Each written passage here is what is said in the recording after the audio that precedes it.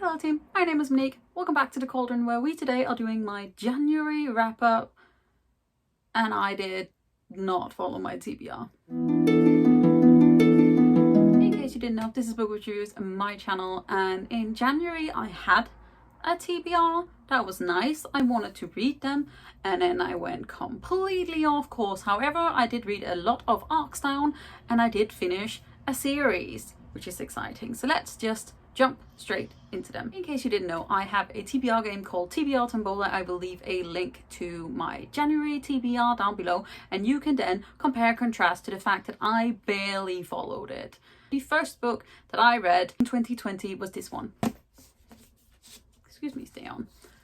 This is the Mime Order by Samantha Shannon, which is the second book in the Bone Season series. In the first book, we meet Paige Mahoney, who lives in this dystopian, slightly different universe to our own, where clairvoyants are real but also illegal. She herself is a molisher for this underground crime lord. However, one day she gets caught on a train to go see her father, and the world sort of gets exploded open by the fact that we get removed from London, which is our like start out setting, to a completely different setting. The Mime Order sort of blows open the world even more. I really enjoyed this. Ended up giving it 4.5 stars.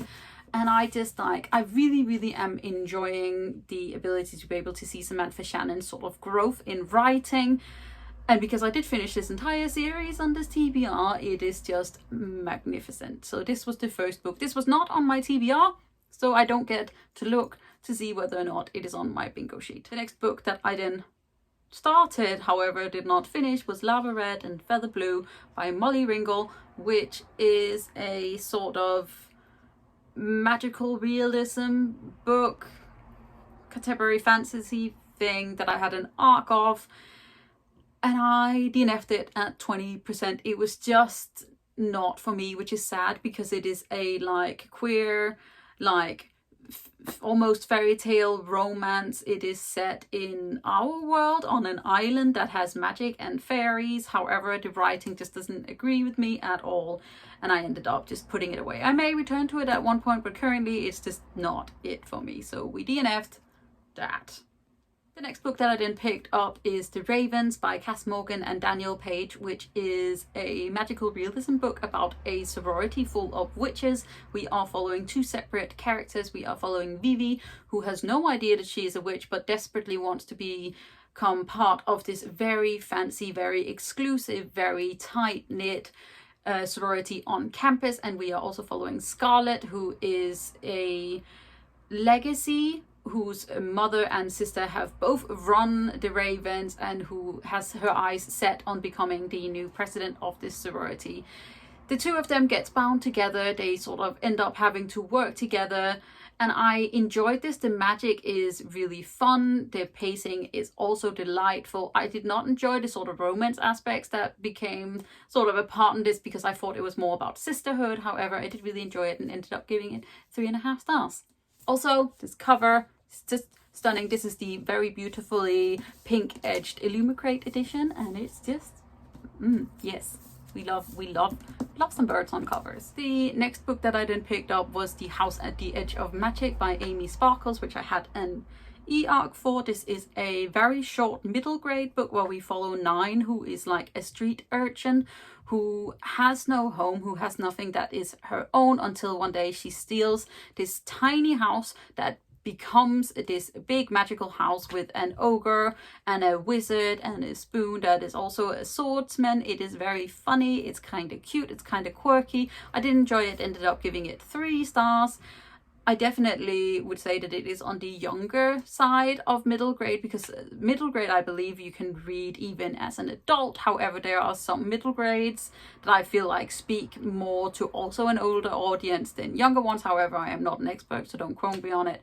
But yeah, I did enjoy that. The next book that I then read is actually on my TBR, and it comes in as number 73, which is a retelling, and that is Deathless by Cathrynne and Valente, which is a book inspired by Russian folklore and fairy tales. We're following a young girl called Myra who can sort of see the magical side of St. Petersburg. However, we also have war and violence and St. Petersburg, which keeps changing names. Myra is supposedly the fated bride of the Tsar of Life, and he comes to get her. It is a very weird book. I did enjoy it. However, it's one that's just kind of like, I really enjoyed the magical aspects of this, and I really enjoyed the writing. However, the plot is very confusing. It sort of has a fairy tale-esque setting in the way of the, like, there's 3 sisters before her, and then like they help her and give her presents when she finds them again. And it's just sort of weird. However, it is very sex positive. It's very like embracing of Russian culture, and I did really enjoy this one. It is also one of those books that I had somehow, you know, when a book pops up all the time and you're like, I should read that because I keep seeing it everywhere. It's one of those books that certain people in the book community is just crazy about. And this was, yes, 73 on my TBR. So let's see if it's on my little bingo sheet, because we are in January, or well, the end of January. I got a completely new little bingo sheet. Woo-hoo-hoo. Let's check if there is a number 73 on here. Dun, dun, dun, dun, dun, dun, dun, dun, dun, dun. There's not. There's no 73. We don't get to cross it out, but it's okay because it's a book that I wanted to read. Next up, I then continued my Bone Season-a-thon by myself, and I read The Song Rising, and then I read The Mask Falling by Samantha Shannon, which is number 3 and number 4 of the Bone Season series. This is an arc that I was sent by Bloomsbury. Thank you very much, Bloomsbury. Absolutely adored this. As I mentioned earlier in the video, the Bone Season series is a dystopia series, which I believe is going to end up in 7 books.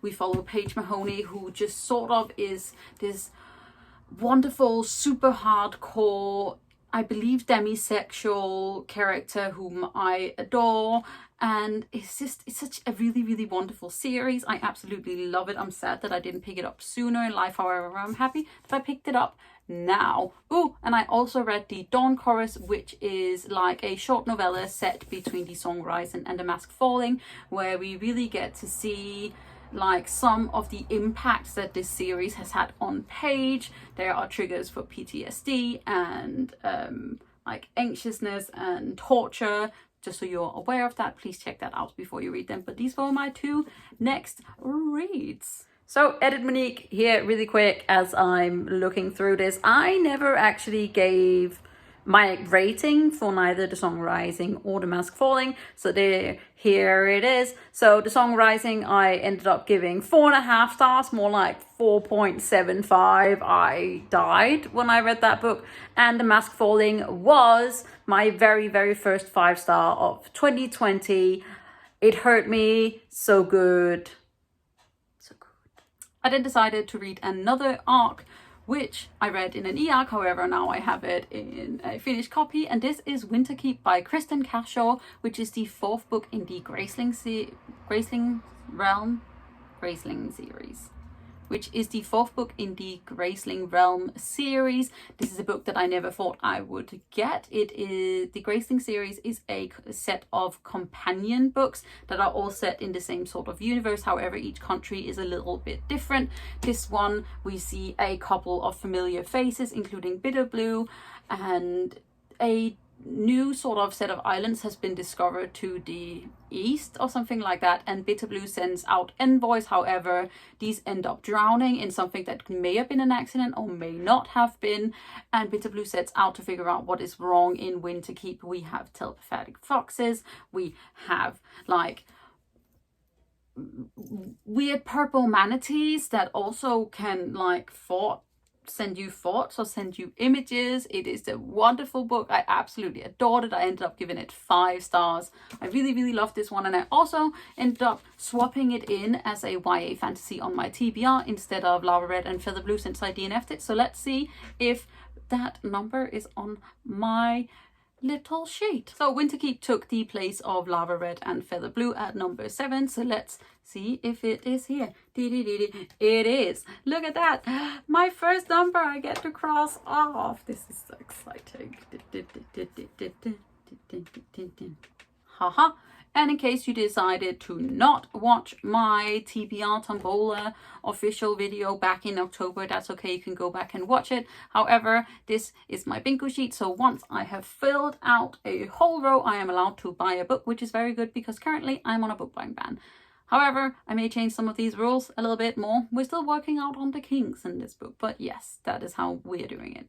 Next up, I then read a book outside of my regular genre at number 59. And for that, I read Wet, White and Royal Blue, I Can't Say Ah Today, I'm Sorry, by Casey McQuiston, which is a contemporary romance novel. We are following the first son of the first female president in the US, and we are following a young Prince of Wales, and they are sort of nemesis, sort of almost friends, and they end up getting pushed together, which turns into an almost reluctant romance. They become friends. It's wonderful. It's weird. It's written in present tense, and I hate that. However, I ended up really enjoying the story. I loved their banter. It is also set in an almost multimedia way. We have texts and emails. It's a very, very cute one, and it was sort of meant to be set as a story alongside regular American history. However, obviously the Angry Orange became president instead of Hillary,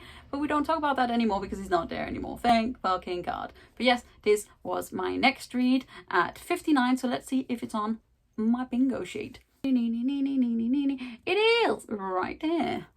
Another one. How wonderful.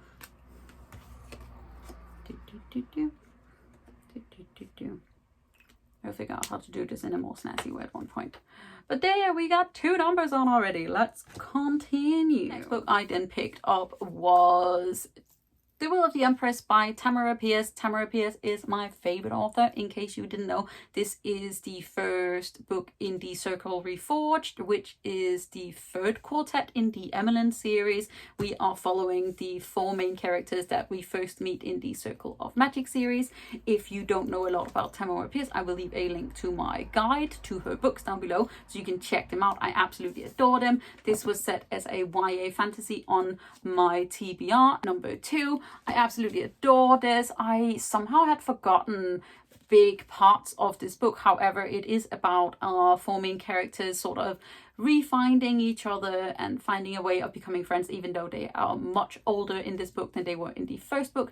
We also have our first emergence of a queer character, very obviously, and I love it so very much, and it's just so good. But let's see if number 2 is on my sheet. It is not. The next book I read was an arc that comes out on the 2nd or the 4th of February, and that is Winter's Orbit by Everina Maxwell, which is a sci-fi space opera queer romance. We are following this sort of disgraceful almost prince who has had a tendency to get into problems with the press, and we are following a young widow scholar who has recently lost his husband, who is the cousin to our disgraced prince. However, these two get pushed into a marriage of convenience so that they can keep the peace in the galaxy. However, there is more to the death of the former prince than first was thought, and they just sort of have to navigate each other. Both of them have their own issues. They try to talk, but they misunderstand each other. There is pining and softness, and it was just such a cute and wonderful story. I ended up giving it 4.5 stars. I absolutely adored it, and I just yes, goodness, that is such a wonderful book, and I cannot wait till more people have read it. It's so cute. And then last but not least, I finally started The Cemetery Boys by Aiden Thomas, which is a wonderful magical realism book that has a lot of a queer rep. We are following Yadriel, who is trying to prove his sort of place and gender to his family, because his family all have death magic. The women can heal and the men help these spirits cross over, and Yadriel is trying to prove to the fact that he can also help these spirits cross over. However, he accidentally summons the wrong spirit and gets stuck with Julian, who is the high school bully. And it goes from there. I'm about halfway through. I'm hoping to finish it today, and I decided to put it on this TBR because I wanted to. However, I do not get to cross out the number 88 till I have read it, but let's see if it's on the sheet. It's not. So this is my little stack of baby books, I ended up finishing 11, possibly 12 books this month. One of them was a DNF, one was another one that I did start and then have sort of put on hold for a moment because I just needed to read something else. It comes to roughly 4,400-ish pages, depending on whether or not I can finish Cemetery Voice today. But this was quite a good stack from the fact that I was not feeling it in big parts of January. January has been a very stressful, very weird month for me, and 2021 has just been a little bit of a I wouldn't say it's the best start ever to a new year, but we can only try our best. So I hope you enjoyed this wrap up. If you did, don't forget to hit that thumbs up button, hit the subscribe button at the same time so you don't miss out on any other videos from me. You can also click the little bell which will give you a notification when I put up a new video, which is regularly. Let me know in the comments below what you have read this month, and then I will see you guys very soon with another video.